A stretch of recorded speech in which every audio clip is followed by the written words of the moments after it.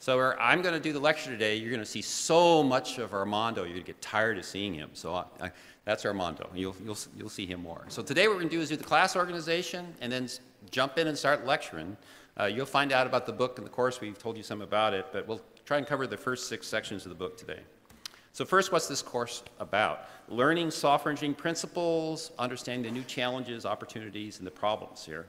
And what you're going to do in this class is you're going to build a real application, working with real non-technical customers. You're going to, on the server side, you're going to learn Ruby on Rails, and the client side, all these things you've already heard about, including JavaScript, and deploy using cloud computing. That's a big part of this class. You're going to be in teams probably of 6, a little bit bigger, dealing with these non-technical customers. In the past, we've done the Humane Society, minority firms, the Children's Hospital nearby Oakland, helping them with vacation planning. Teams are going to get started this week, so go to the discussion section. The first thing you need to do is find a team. Your team needs to be in your discussion section. I'm going to show you a quick video where we interviewed the nurses after a little bit, the example. So you'd think vacation scheduling would be easy, but not with union rules, all kinds of different rules. There we have an elaborate pencil and paper method with notebooks, and Berkeley students, alumni of this course, stepped in and created a wonderful word interface. So let me just hold on and see if this is really going to work. Sometimes we met weekly, sometimes it was every 2 weeks, but never for more than 20 minutes, probably. Yes. Didn't take a lot of time for us, but trying to convey to them the rules that we have to go by for vacation. We showed them what we did, and then we showed them the rules and gave them a copy of the rules. It was so smooth. Yes, they came back with ideas that we couldn't have put forward and brought into this institution. Sounds like you got a lot of opportunities to give feedback on what they were doing, and that they tried to incorporate your suggestions. And they easily fixed any concerns. They did. It was amazing. So now with this prototype in place, is there a plan to use this and hope things get better? Correct, yes. So our vacations are due February 1st of each year. And so we start usually in January, and we're going to start using it. Laura and I, we're both on the 5th floor. We'll end up trialing this this year, and if it's successful for us, it'll probably spread through other units in the hospital. Well, that's great. Thank you very much for your time, and also for working with our students. Thank you. It was great. It was a pleasure. So hopefully you will have similarly satisfied customers, and we'll interview them and want to use them in a future version of the class. So what happened? What was the feedback from this approach to non-technical? About 90% of them, we gave them a multiple choice of being disappointed up to happy or thrilled, and they checked happy or thrilled, 90% of them. Half of them wanted to hire the students to keep working on it, and 2/3 of the students pledged, I'm going to keep working on it even after the class is over. And we were really, enthused, Armando and I, is just how well engaged people were. With this agile process, they got 4 iterations to be able to do it and really got into it. And the projects varied in size of code, but not in the quality. They were all very well done. So how are we going to grade this course? There are these 5 homeworks. That's about a third. This is going to add up to a little bit more than a third. 5 homeworks, 2 midterms, no final. This project is about a third of the grade. And there's some altruism points. That's, 5% of all that depends on your participation in helping others. The lectures are going to be Mondays and Wednesdays from 2:30 to 4. There's our office. Armando's right after this, mine earlier on Wednesday. Homework's going to be due right before midnight on Sunday, and the discussion sections are Thursdays and Fridays, and we're going to be using Piazza in this. This is a 4-unit class. The homepage tells you how the grade's going to be broken down. So we're hoping what you do, come prepared to lecture by doing the reading before the lecture. That's the most efficient use of your time. We'll put it in context, and then you're putting it to work. So we're big believers in this Confucius saying is, I hear and I forget, I see and I remember, I do and I understand. You're going to be doing and understanding. You're going to be applying these ideas, using real tools, the same tools that professional programmers use in this. And we're going to do it in kind of 2 pizza teams. That's a nickname for 5 or 6 students that you could feed with 2 pizzas. These days, maybe, even if your appetite is growing as Americans, it's still a 2-pizza team. It's still 5 or 6 people. And at the end, we're going to show off what you've done. We'll invite all the customers there, and this will be on Tuesday, December 10th. And we'll even have interested people from Silicon Valley, including venture capitalists. And a lot of the projects continue after this class.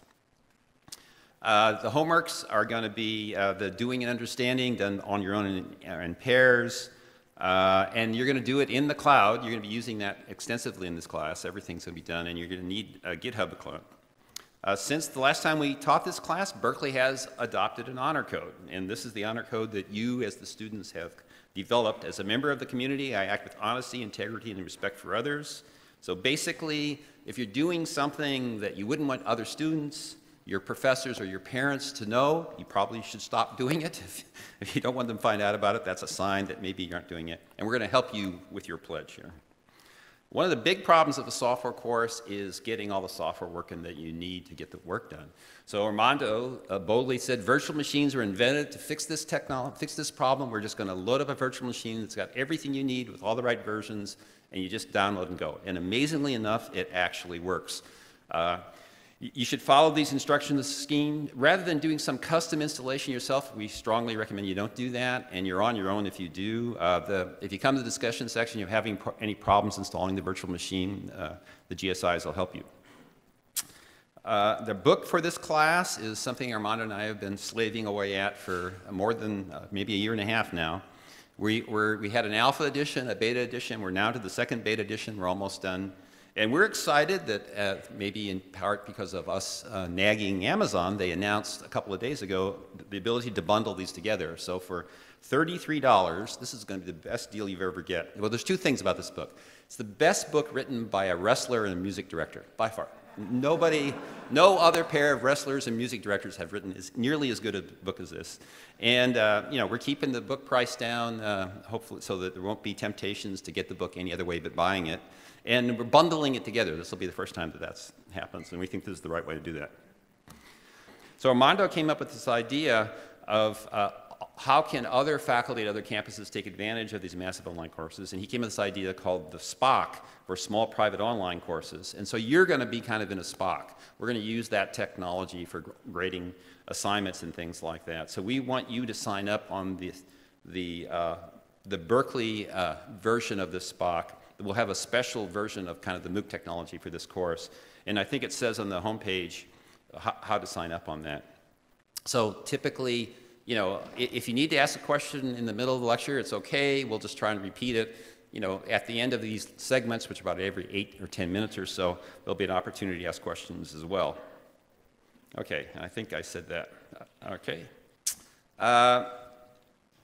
You know, there's, besides what we've written, besides the videos, there's a lot of information about what we're going to lecture in this class because a lot of professional people are using them.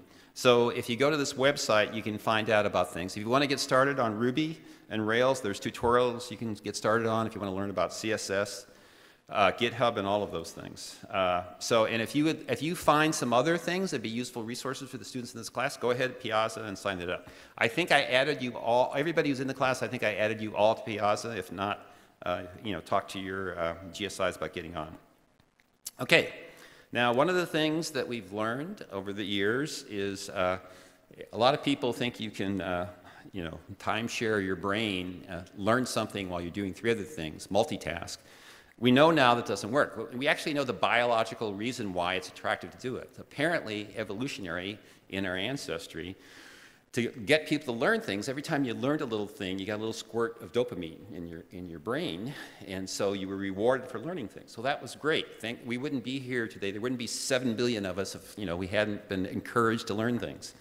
Alas, now that we've got little you know, tweets and you know, Facebook things, we're addicted to this. So this story that's a few years old in the New York Times talks about a guy who was constantly multitasking all the time. He wasn't paying attention to his family, and he had built a software company that he had asked to sell, and he was multitasking so much he missed the email with somebody offering to buy his company. He missed it for a couple of days. He finally saw it, went back and apologized. So it says right here, heavy multitaskers actually have more trouble focusing and shutting out irrelevant information, scientists say, and they experience more stress. So all this technology that we're responsible for having has made it harder for you to learn new things in the classroom. So we're really hopeful that for the whole 80 minutes in here, 80 whole minutes out of your day, that you'll refrain from the dopamine addiction and not text. Now, we know that's too much. We know 80 minutes is too much. So we'll try about 30 minutes in when you start shaking from withdrawal of dopamine. We'll take like a 2-minute break, and you can get your dopamine shots, texting everybody just how brilliant the lectures are in this course and how I'm sure they wish they could be in here. But, okay. But we'll please just hold off for a few minutes at a time. Early in my career, I asked some education expert, well, is there a pace to lectures? What should we do? And he said this is true about human beings, and it's true today as it was 30 years ago. So and you'll watch this if you go see a talk somewhere, you'll see the same kind of behavior. So for the first 20 minutes, human beings can just sit there in their chair and pay attention. About 20 minutes in, they start fidgeting. And basically, their attention drops. So early on in the course, what I would do, I'd start off doing what I'm doing now, is do all the administrivia stuff. So that meant everybody knew that administrivia stuff cold, and when I actually got into the technical lectures, then, then they didn't pay attention. So what we do is classically get started, jump in on the good stuff, and then 20 minutes in, we do the administrivia for a couple of minutes, and people can, shuffle around, talk to each other, and then we get started again, and then we go another 20 or 25 minutes until these things get restless. We give you the dopamine break, tech break, and then we do one last thing. And then he said there's one thing that everybody gets everybody's attention, the thing you can say that everybody gets excited to hear. And those words are, and in conclusion, all right? So actually, if end in conclusion means don't start packing your bag, right? Just hold on for 2 more minutes. Armando and I are good at stopping the class on time or even early. So when I say in conclusion, just hold on, listen to the summary, and then pack your bags and go. Now, another thing we could start doing, I can't remember who has the 3x5 cards. Okay, could you recruit volunteers and start handing those out? How many of you have done the peer instruction questions like with Dan Garcia or people? Okay. So we're going to do that again. About half of you have done that. So what the idea is, in a big lecture like this, it can be pretty, lack of interaction. So this person who's a professor in physics at Harvard about 15 years ago came up with this idea that what I would do is, the physics students are getting lost in the forest for the trees kind of things, they didn't understand big ideas. So what he would do is stop the lecture a few times during the 80 minutes and ask a relatively simple question and get people to vote on it. Now, of course, if you've ever been in a classroom and people are going to vote on something, you watch and you want to vote with the majority, so that wasn't going to work well. He came up with a clicker system, and I think the chemistry department uses it, but that means you got to spend 30 or 50 bucks and remember to bring them and stuff. So I came up with flashcards, 3x5 cards, because we can do pattern recognition. So you'll get free cards as part of the bonus of this class.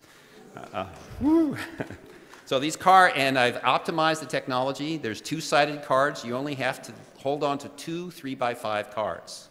All right, that's what we have to do. You have to remember that, those cards. And it's orange on one side and kind of an olive green on the other, and the other one's red and blue. Okay, looks like we're handing out the cards right now. So I don't think I can do the polls.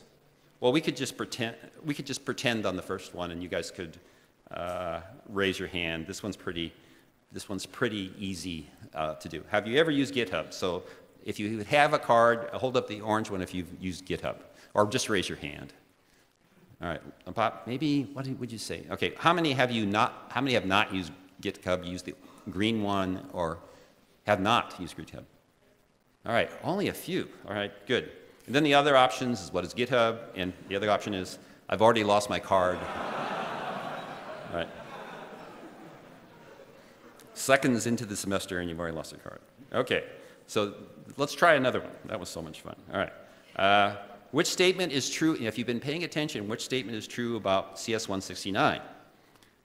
I can leave early since the midterm Tuesday evening right before Thanksgiving is optional. I don't have to show up the midterm. How many think that one's true? Okay. I can leave for the Christmas break early since the poster session on Tuesday, 12:10 is optional. All right, that's the other choice. Faculty don't mind if I text or do a place lap during the lecture on my cell or laptop. And finally, your project team needs to be in the same discussion section. Okay, ready, set, vote. Ooh, all right. So Armando noticed this. So the people who 10 weeks from now, I'm sorry, I've already booked my tickets to go home early for Thanksgiving. I can't show up for midterm. Don't drop the class right now. There's people who want to take your place. Or I've already I've already, I can't be there for the, I'm leaving for home on December 9th. I can't be there post-session, so.